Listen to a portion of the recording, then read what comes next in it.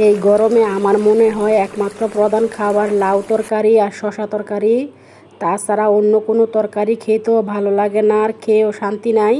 লাউয়ের তরকারিটা কিন্তু ঠান্ডা ঠান্ডা খেতে খুবই ভালো লাগে। মনে হয় অন্য কোনো তরকারি খেতে গেলে ঘাস ঘাস কেমন জানি সাবা সাবা লাগে, কোনো তরকারির কোনো স্বাদ পাওয়া যায় না। আর জালের তরকারিটা এখন খাইলে মনে হয় আরও ক্ষতি হয়, এজন্যই লাউ তরকারি আমি ঝাল কম দিয়ে আজকে মুরগির মাংস দিয়ে রান্না করব। এখানে পরিমাণ মতো পেঁয়াজ, শুকনা মশলা, মাঝারো সাইজের 2টা টমেটো আর দিয়ে দিলাম এখন আদা রসুন। এটা ভালো করে একটু কষিয়ে নিব। যতক্ষণ না টমেটোটা গলে যায় ততক্ষণ পর্যন্ত আমি এই মশলাটা একটু ভালো করে কষিয়ে নিব। আদা রসুনটাও মশলার সাথে কষাই নিচ্ছি, তাহলে কাঁচা গন্ধ থাকবে না। দিয়ে দিলাম স্বাদ মতো লবণ,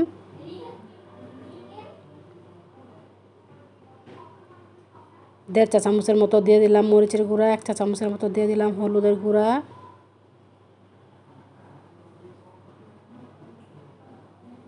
তারপরও ভালো করে মশলাটা একটু কষাই নিচ্ছি, হালকা একটু পানি দিয়ে দিব। এখন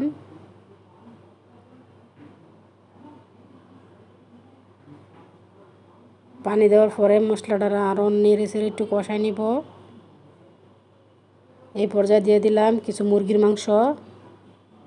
লাউ কিন্তু বাচ্চারা খেতে চায় না আর খাবে না, তাই মুরগির মাংসটা দিলে মুরগির মাংস ঝোল দিয়ে বাচ্চারা খেয়ে নেবে, আর আমরা বড় মানুষে লাউ দিয়ে খেতে পারবো। লাউ কিন্তু আমার কাছে ভীষণ ভালো লাগে। মাঝারো সাইজে 2টা আলু কিউব করে কেটে দিয়ে দিলাম, কারণ আমার ছেলে আলুটা খুব পছন্দ করে।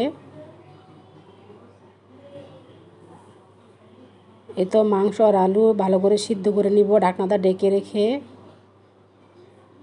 মাঝে মাঝে একটু নেড়ে দিচ্ছি।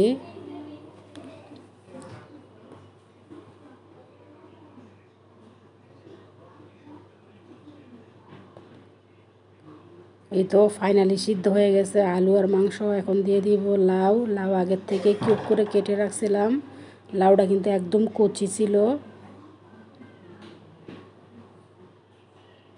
তরকারিটা কিন্তু আলহামদুলিল্লাহ খেতে অনেক মজা হয়েছে।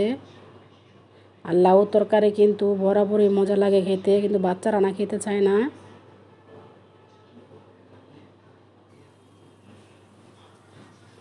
লাউটাও ভালো করে কষাই নিব মাংসের সাথে।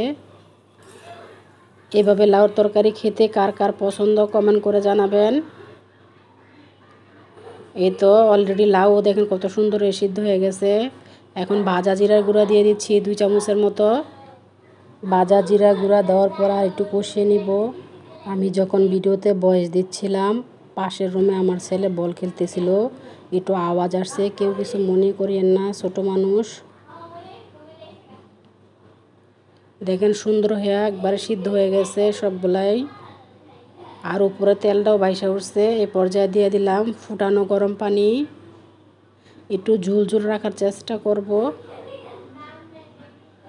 এই গরমে কষা তরকারির থেকে একটু ঝোল ঝোল তরকারিটা খাইতে ভালো লাগে। আর ভিডিওটা কেমন হয়েছে কমেন্ট করে জানাবেন। কে কোথা থেকে দেখছেন কমেন্ট করে জানায়েন।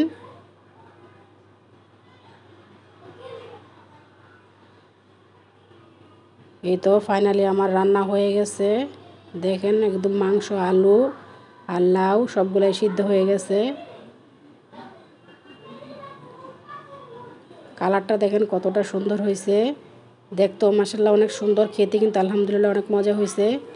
ভিডিওটা ভালো লাগে একটা শেয়ার দিয়ে দিন। আজকের মতো এখানে বিদায় নিচ্ছি। সবাই ভালো থাকবেন, দেখা হবে নতুন কোনো ভিডিওতে। আল্লাহ হাফেজ।